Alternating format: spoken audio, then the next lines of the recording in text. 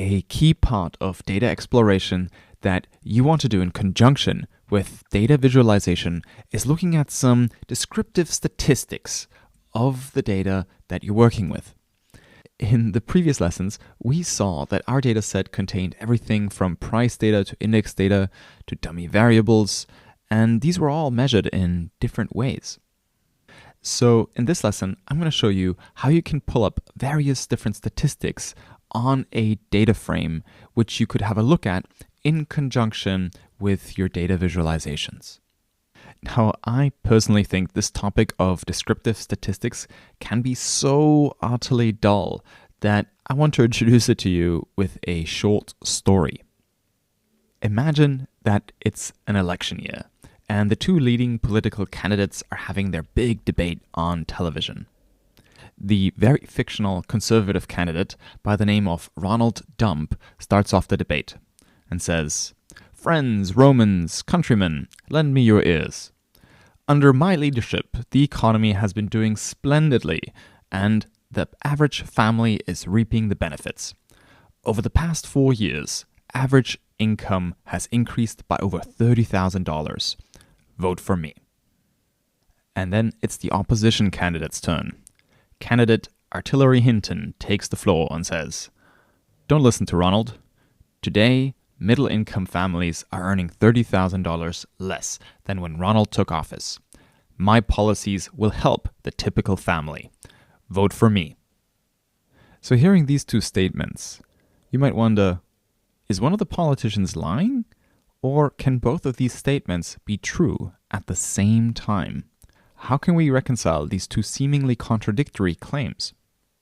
Now, it turns out that even though the two statements sound very similar, these two politicians are not talking about the same thing. The Ronald is talking about the mean, while Artillery is talking about the median. The mean is another word for average, and to calculate the mean income, you simply add up all the families' incomes and you divide them by the number of families. The median income, on the other hand, is calculated by arranging all the family incomes from lowest to highest and then picking the one in the middle. So in contrast to the mean, the median is not affected so much by big outliers. This whole discussion, in fact, goes back to this idea of a distribution. The shape of a distribution determines statistical measures like the mean or the median. Remember this green histogram that I created with imaginary house price data? This is in the shape of our old friend, the normal distribution. In this case, both the median and the mean would be the same. However, what if this distribution was not normal? What if we didn't have this pretty and imaginary bell-shaped curve for family incomes? In that case, the mean and the median won't be the same, and this is the story of the politicians. So the distribution is the second part of our answer. The thing that happened to reconcile the two politicians' statements is that the income distribution has changed. This is how it is possible for the average and the mean to move in separate directions. You see, if most people got slightly poorer, but then very, very few people become enormously wealthy, going all the way out to the right of this distribution into the tail, then the mean and the median could be trading places like in this slide.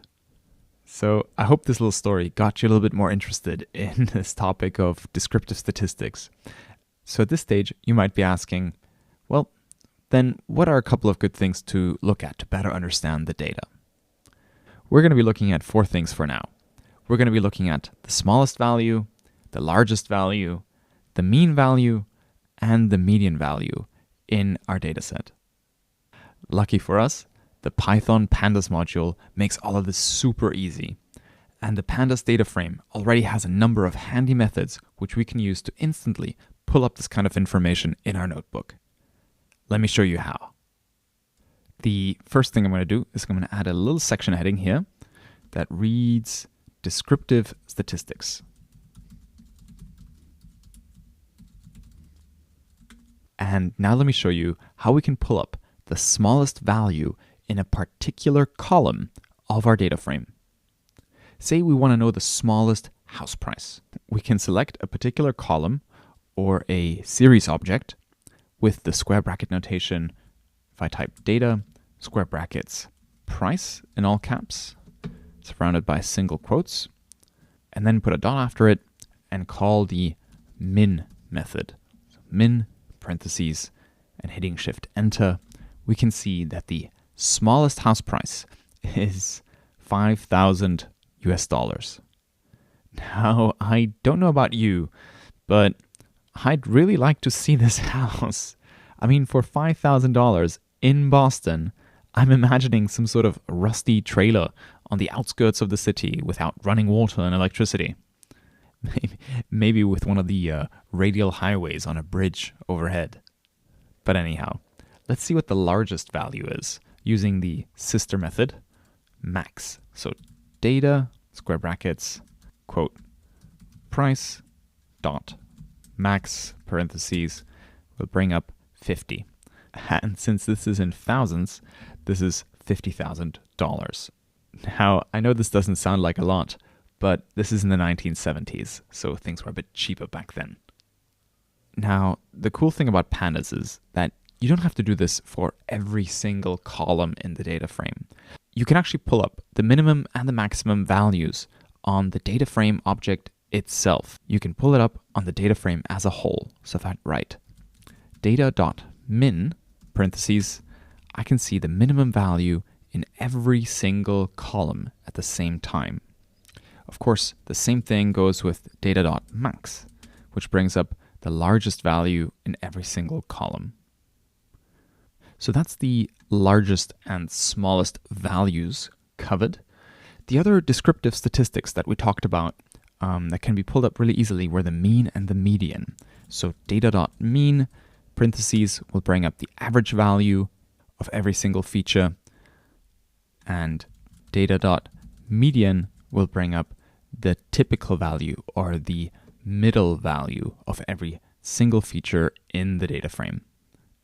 Now, that's all very well and good. But the thing is, what if you're like me? What if you're lazy? Typing all the stuff in and getting out the above output is not very satisfactory. What I want is I want all my stats at the same time, and I want it to be formatted in a way that I can easily read. This is where the describe method comes to the rescue.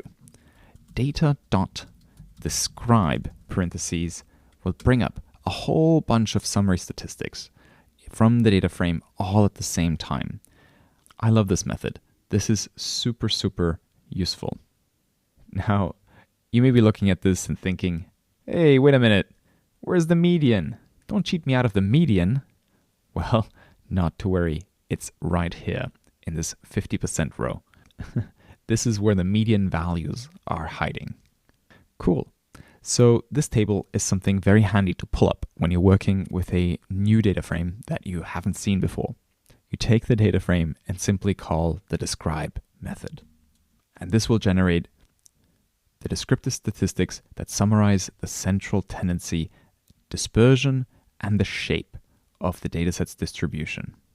Just note, this excludes not a number or nan values, if there are any, in your data frame. So it's quite clever. Good stuff.